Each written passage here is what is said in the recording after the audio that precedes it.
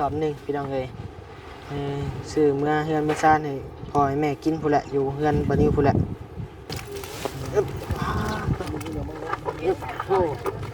ถึงได้บ่เจ้าได้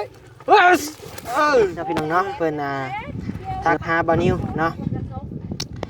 ว่าอยากซื้อจักรยานให้บุคคลหนึ่งเนาะพี่น้องเนาะแต่ยังบ่บอกเด้อว่าเป็นไผเด้อพี่น้องเด้อให้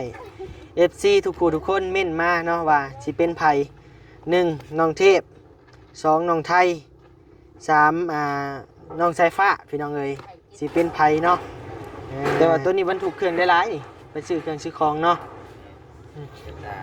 ตัวนั้นรถแบบซิ่งๆแน่น่ะหากวัยรุ่นมักพี่น้องเอ้ยนี่ตัวมีกระตาดินี่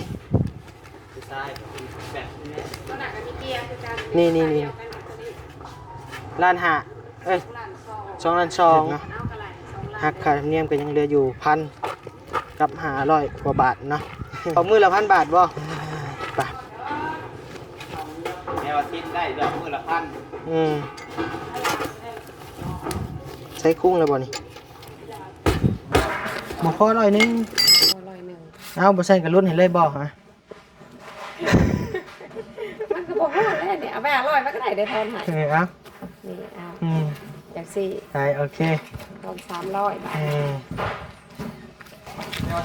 300ไล่เลยเท่านั้น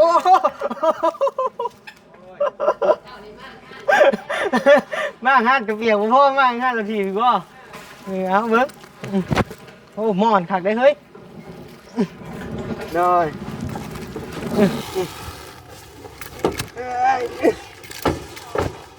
อะไรก็2,200บายโบนนำได้ยังบ่ครบเท่าไหร่นี่พอดีเลยวันนี้การภาษาเวียดเป็นเลยเนาะโบนให้บายโบนนำเสานิวก็ขอขอบคุณเด้อทางแม่ใหญ่ใจดีจากฝั่งไทยเนาะที่ฝากเงินฝากค่ามาให้บ่นิวเป็นสะพานบุญให้เนาะบ่นิวก็ขอบใจหลายๆกับทั้งแม่เพิ่นให้ค่าน้ำมันบ่นิว500 บาทเนาะบ่นิวก็ขอบคุณเด้อเนาะขอให้ทั้งแม่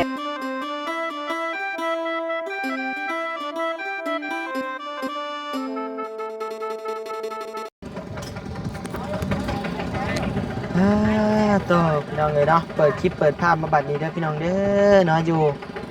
หลังจากบ่นิวเดินทางไปส่งน้องเทพมานะพี่น้องเนาะกะลบหน้ามาลบหน้ามาตลาดดงเข็มเด้อพี่น้องเด้อเนาะขึ้นเหนือลงใต้มื้อนี้พี่น้องเอ้ยกำลังว่าสิเดินทางขึ้นไปน้องสายฟ้านะพี่น้องเนาะก็เลยว่าไปตลาดก่อนซื้อข้าวซื้อน้ำเมื่อเฮือนมาซ่านก่อนนะพี่น้องเนาะข้าวน้ำอยู่เฮือนอยู่ซ่านกะหมดแล้วเงินซ่านบ่นิวพุ่นแหละพี่น้องเอ้ยมาซื้ออยู่โรงเรียนราคาเพิ่นถูกแน่เนาะกินข้าวเก่าแล้วเฮาข้าวใหม่ราคาแพงโพดเนาะเอาเนาะก่อนอื่นนั้นบัดนี้ก็ขอกราบทักทายสบายดีพ่อแม่พี่น้องทุกผู้ทุกคนเด้อเนาะสิเข้ามาเป็นกำลังแรงใจโดยตลอดมาเนาะบัดนี้ก็ขอบคุณขอบใจหลาย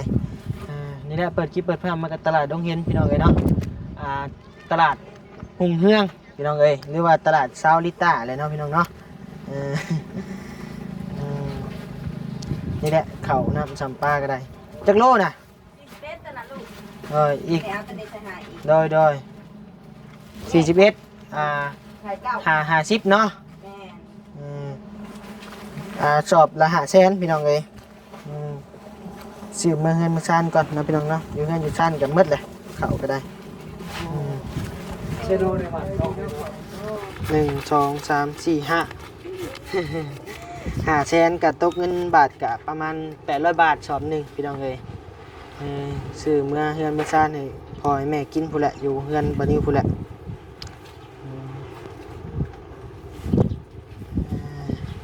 เขาดีก็งามได้เขา11ทั้งหมดโดยแถมหลายๆนี่เด้อซะเด้อเขา9กับเขา11เขานี่เขาใหม่เขา11เด้อหอมแซ่บโดยวันนี้แม่เอาไปซื้อโต้นกับต้นหนึ่งตัวเนาะ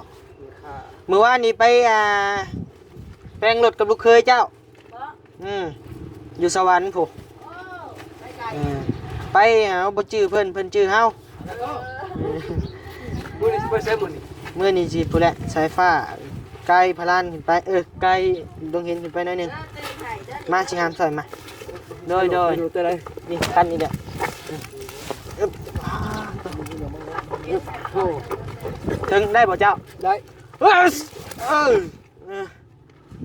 พี่น้องเอ้ย มีเสียงมีหยังนี่ได้เพิ่นเห็ดคือนักนี่ บ่ว่าเสือฟังสิบ่แย่เขียวกัด เนาะเออ โอ้ขาดบ่ มื้อนี้มันสิ้นใหญ่ ได้ชิมข้าว เป้งๆเลยมื้อนี้ บ่ ฮะ ขายข้าวดีบ่มื้อนี้ มันสิ้นใหญ่ขายข่าวดี อ่ะ เป้งๆเลย 500,000 ขอบใจหลายๆเด้อ ได้ ให้สุขให้หมานให้ร่ำให้รวย สาธุ เดี๋ยวไปเงินไหลน้องทองไหลมาเด้อเอมิน โด เด้อย สาธุแอดมินได้ เออ มาทำเองก็ได้ขอบใจหลาย เออ ๆพี่ ให้ น้อง ได้ เอ้ย ขายหมานให้ร่ำให้รวย สาธุพี่น้องเอ้ยเอาเนาะพี่น้องเนาะมื้อนี้ก็มีข่าวดีอีกข่าวดีหนึงเนาะพี่น้องเนาะมีทางแม่ใหญ่ใจดีจากฝั่งไทยเนาะพี่น้องเนาะเพิ่นทักหาบ่าวนิวเนาะว่าอยากซื้อจักรยานให้บุคคลหนึงเนาะพี่น้องเนาะแต่ยังบ่บอกเด้อว่าเป็นไผเด้อพี่น้องเด้อให้ FC ทุกผู้ทุกคนเม่นมาเนาะว่าสิเป็นไผ1น้องเทพ2น้องไทย3น้องสายฟ้าพี่น้องเอ้ยสิเป็นไผเนาะไปมีแต่อย่างไปเบิ่งราคารถถีบก่อนเนาะหรือว่าจักรยานเฮาก่อนฝากรถนี่เด้อไอ้เวียดเด้อฝากรถแน่ โอ้ยชื่อซอยอยู่ตลอดพี่น้องเอ้ยใช่ขึ้นมาได้น้อยครับรถจะได้เราเป็นอันนั้นนะใช้เอารุ่นได้เจ้าวะโตใช้งานเยอะนี่บ่จากทานรถถีบนี่แหละจักรยานรุ่นนี่บ่เนาะคือสิมักอยู่รุ่นนี่เบิ่งนี่หรือว่าเอารุ่นธรรมดาบ่เนาะ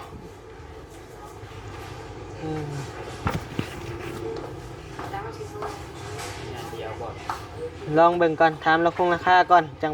เบิ่งอันนี้ล้านห้า แม่ อันนี้ได้นี่ อันนี้2,200ตัวนี้มันจะมีเกียร์ 2 ล้าน 2 แม่นมันมีเกียร์นี่เกียร์สปีด อันนี้ได้จ้ะ ตัวนี้ล้านหา ล้านห้า ตัวธรรมดา ตัวน้อยได้จ้ะ ทำกันเลย ราคา ทำกันล้านหา ล้านห้าอันนี้ได้จ้ะล้านห้าคือกันโอ้ราคาเดียวเลยตัวนี้ ตัวใหญ่ล้านหก แล้วเนาะสายฟ้าขี่กับประมาณนี้แหละเนาะ สายผ้าเลยบ่ บ่แม่บ่นี่ได้เนาะพอดีเพิ่นจักสิวัน คือได้เนาะล้านห้าเนาะ แม่น ทั้งสมุดว่าทั้งแม่รุ่นให้นี่ได้เท่าใด ล้าน4,800 ล้าน4,800รุ่นให้ฮอดแชร์เลยกว่าซื้อไปช่วยคนทุกข์ยากคือกันนี่ก็ได้ แม่นไล่ผู้ฮอดปุ้น โดยได้แล้วทำแม่รุ่นได้เลยเนาะตัวนี้กะคักนี่พี่น้องเอ้ยนี่ตัวน้อยนี่แต่ว่าตัวนี้บรรทุกเครื่องได้หลายนี่ไปซื้อเครื่องซื้อของเนาะ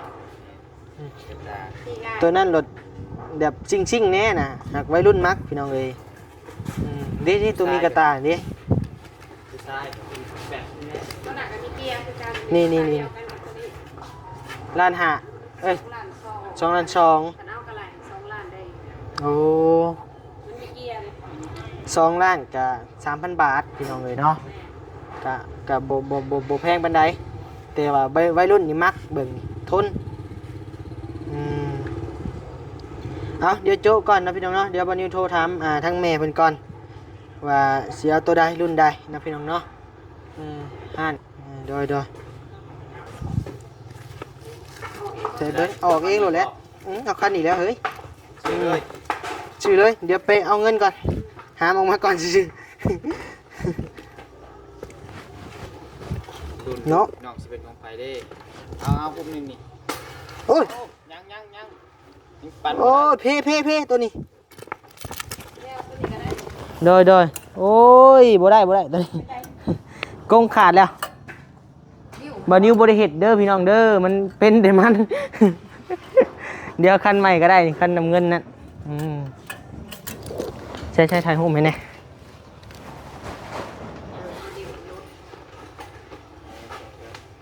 โอเค พ บ่ได้เซ็กบ่ได้หยังบ่เซ็ก มีแต่เติมลมเหล็กกินได้เลย เลย ก็ได้นะจะดีค่ะ เดี๋ยวเขาออกไปเอาเงินก่อนเดี๋ยว ได้ เดี๋ยวเขามาใหม่โอเคแหละ พิสูจน์ไว้ค่ะ โดยสูบเช็คเลยไปพี่น้องเลยหลังจากเอาเงินเอาคำแล้วนะพี่น้องเนาะต่อใช่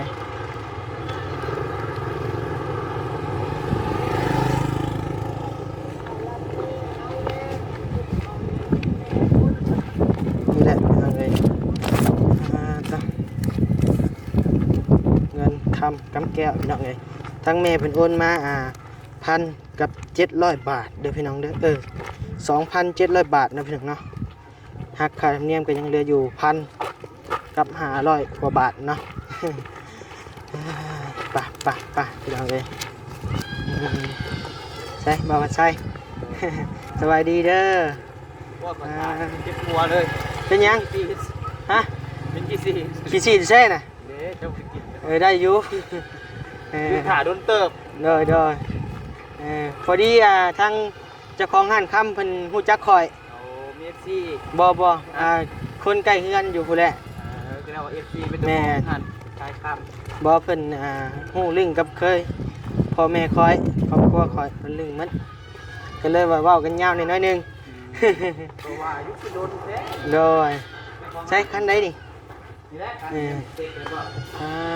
โต ลองบ่ เบิ่งข่อยลองนี่จับขอจับนี่เบิ่งมันสิตกเป็นของไผเนาะพี่น้องเนาะ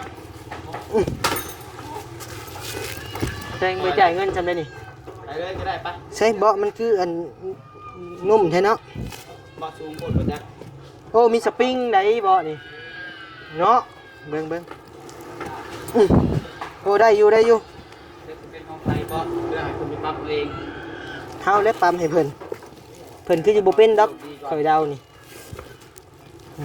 เดี๋ยวมีกระแจอยู่บ่แม่มาเฮาปั๊บนี่แม่นดอกนี่ รับเองว่ะ เลยเอาเมียนก่อนเงินบ่เพิ่งจ่ายขวัญถุงก่อนพี่น้องเลย ได้จัก ที่นี่ได้บ่แม่ ดอกเดือนพันดอกมือละ1,000 บาทบ่ แนวอาทิตย์ได้ดอกมื้อละพัน ใช้คุ้งแล้วบ่นี่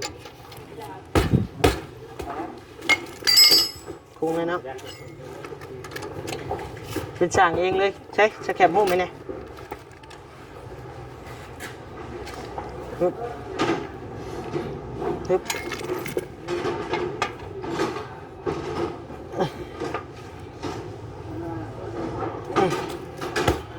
ถ้าบ่ต่ำๆเดี๋ยวนี้มันสิเป็นไผเด้เนาะอัน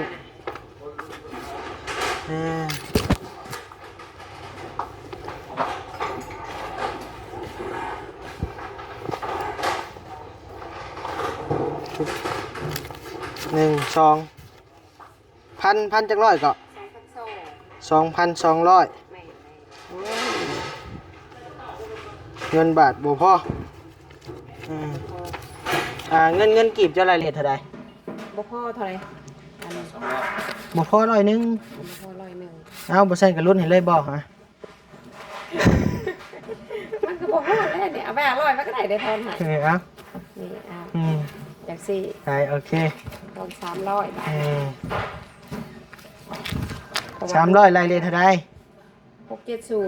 670รายสูงๆก่อนนะ เอาบาทแล้วกีบ เอาท่อนบาทก็ได้ เดี๋ยวเสียเม็ดคนทงกัน เงินบาทนี่น้องเอ้ยเนาะ ขอบใจ โดยขอบใจน้องเอ้ยจ่ายเงินจ่ายคำเป็นทีเรียบร้อยเนาะขี่ไปเลยบ่เดี๋ยวเอาเงินเป็นก่อนสินะ เดี๋ยวซื้อมาให้ลูก ใส่ข่อยบ่มีลูก เดี๋ยวซื้อให้ลูก โอ้โหมาห้านกระเปียกบ่พ่อมาห้านละทีพี่บ่เอาเบิ่งโอ้หมอนคักได้เฮ้ย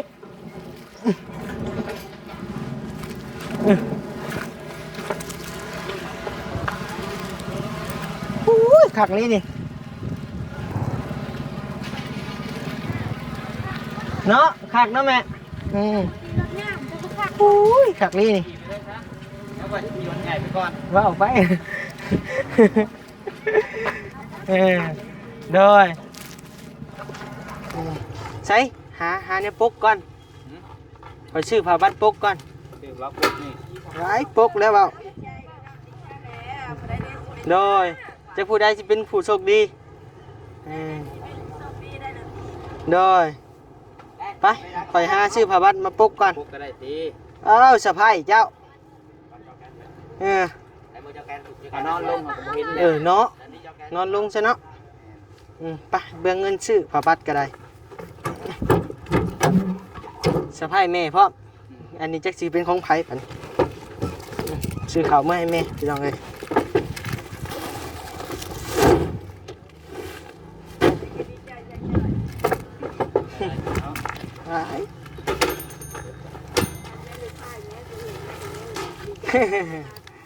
โดย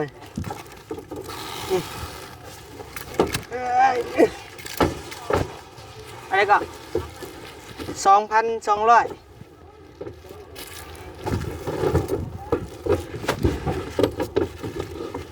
นี่เลยเนาะเชือกันหนาวน้องเพิ่นมีหลายแหละได้แล้วน้องเอ้ยไปเนาะบัดนี้เนาะ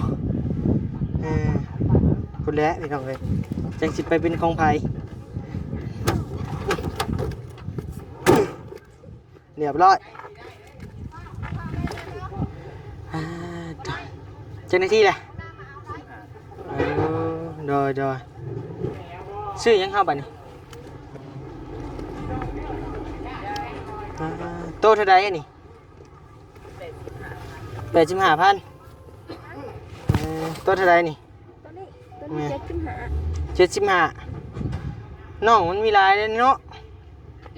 ซื้อต้นไม้ให้ที่โบบ้าชุดเมาโบบ้าที่โบนี้เอาเปิดบอกเฮ้ย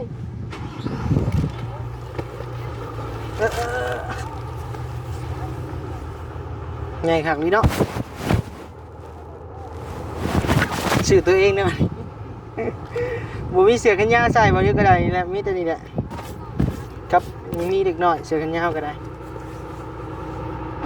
เสือเล่บอนี่ไง50บอนี่ฮะ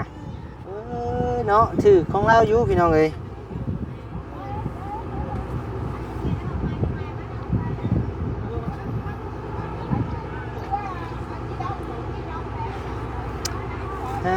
พี่น้องเลยเอาตัวใดบัตร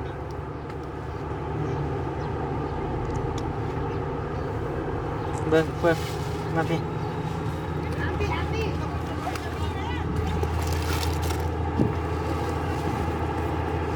เท่าไรนี่เอ้ย85ผู้โอ้ถือกว่าอยู่พุ่นอยู่เนาะ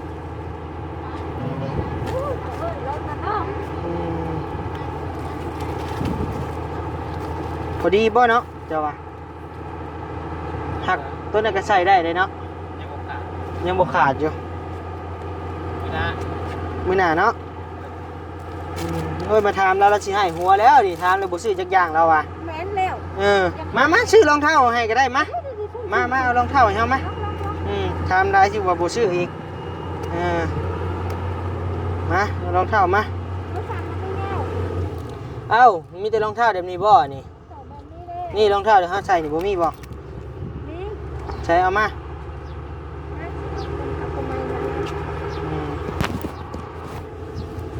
รองเท้าน้อยเบิ่ง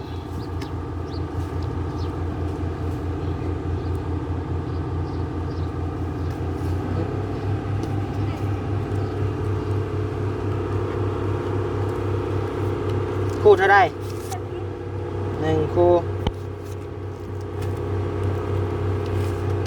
2คู่พอแล้วเอาเมียใส่เองแล้วก็ตัวน้อยมีบ่เขาบ่ใส่ดอก บ่ใส่บ่ใส่ดอก อย่าได้ซะ เช้าคนทิพย์ เจะได้เอาบ่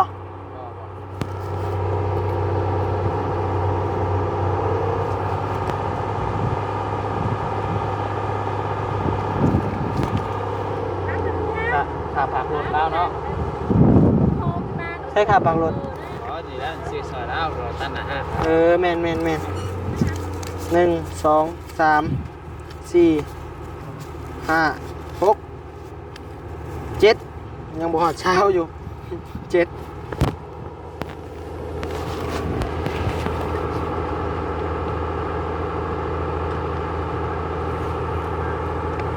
เอาคืนสอง ทอนมา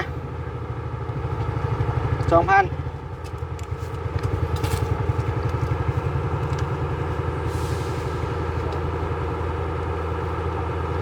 เลย12 บายโบนน ได้ยังบ่ครบ ำบ่ครบเท่าไหร่ นี่ นี่ พอดีเลย นี่ วันนี้การภาษาเวียดเป็นเลยเนาะโบนให้บายโบนนำเสาเป็นอยู่พี่น้องเอ้ยเอาเนาะพี่น้องเนาะทางบานิวก็ขอขอบคุญขอบคุณเด้อเนาะทางแม่ใหญ่ใจดีจากฝั่งไทยเนาะที่ฝากเงินฝากค่ามาให้บานิวเป็นส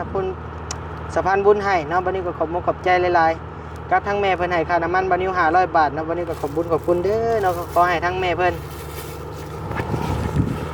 อยู่ดีมีแห้งความเจ็บบ่ได้ความไข้บ่มีปรารถนาสิ่งใดขอให้ได้สิ่งนั้นสมความมุ่งมั่นปรารถนาอย่าเจ็บอย่าจนร่ำรวยๆเด้อเนาะสาธุพร้อมเด้อครอบครัวเพิ่นเนาะโดยเบิ่งก่อนทั้งแม่เพิ่นบอกชื่ออยู่บ่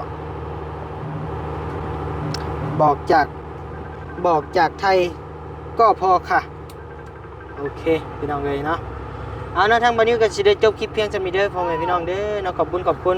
ผู้รักผู้ใหญ่ใจดีเมื่อทุกท่านที่เข้ามารับชมคลิปบานิวโดยตลอดมาเนาะใช้กล้องปิ่นไปทางใดนะ อยู่ดีมีแรงเด้อซะถูกบ๊ายบายพี่น้องเอ้ยอย่าเจ็บอย่าจนเนาะ